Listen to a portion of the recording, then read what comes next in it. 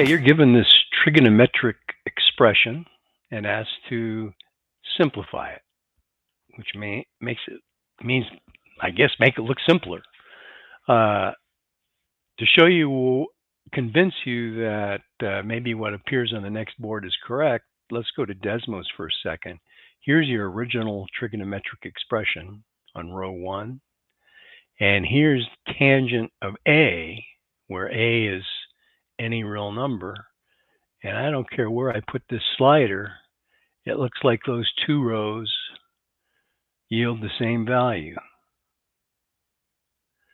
So I'm going to contend that this expression simplifies to the tangent of A. The question is, how does that happen? So let's go to the next board and take a look. Again, here's the original identity, or original expression.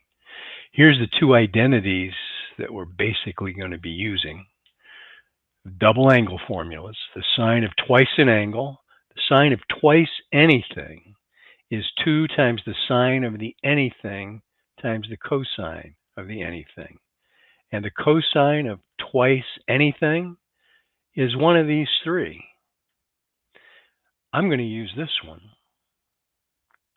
because I can see that that will help get rid of these ones in the denominator.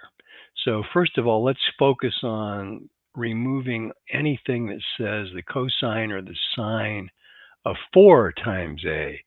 So the sine of 4A is the same as the sine of twice 2A. So that 2A is the anything.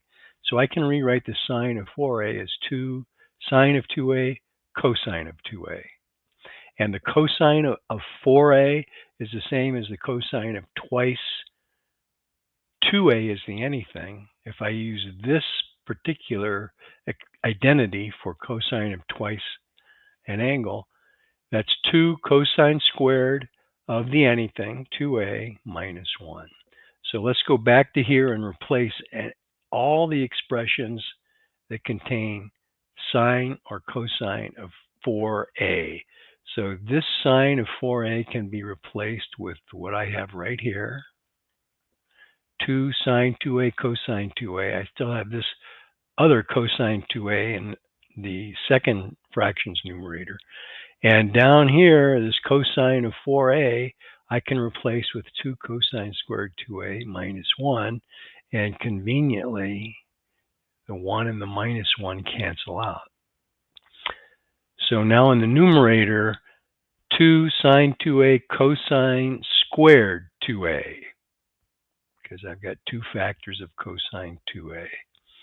And in the denominator, I've got 2 cosine squared 2A times, still I've got this thing. All right, but what happens is these 2's cancel out, the cosine squareds cancel out, and I've got sine of 2A over 1 plus cosine of 2A. Whew. And now the sine of 2A, the sine of twice an angle, can be replaced with 2 sine A cosine A. And 1 plus this cosine of 2A can be replaced with 2 cosine squared A minus 1. That's from these two right over here. And again, what happens? The 1 and the minus 1 cancel out. The 2's cancel out.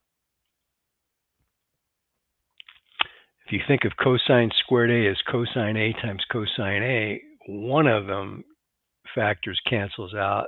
The 2's cancel out as previously stated. And finally, we're down to this quotient identity. The sine of an angle over the cosine of the same angle reduces to the tangent of the same angle. Okay?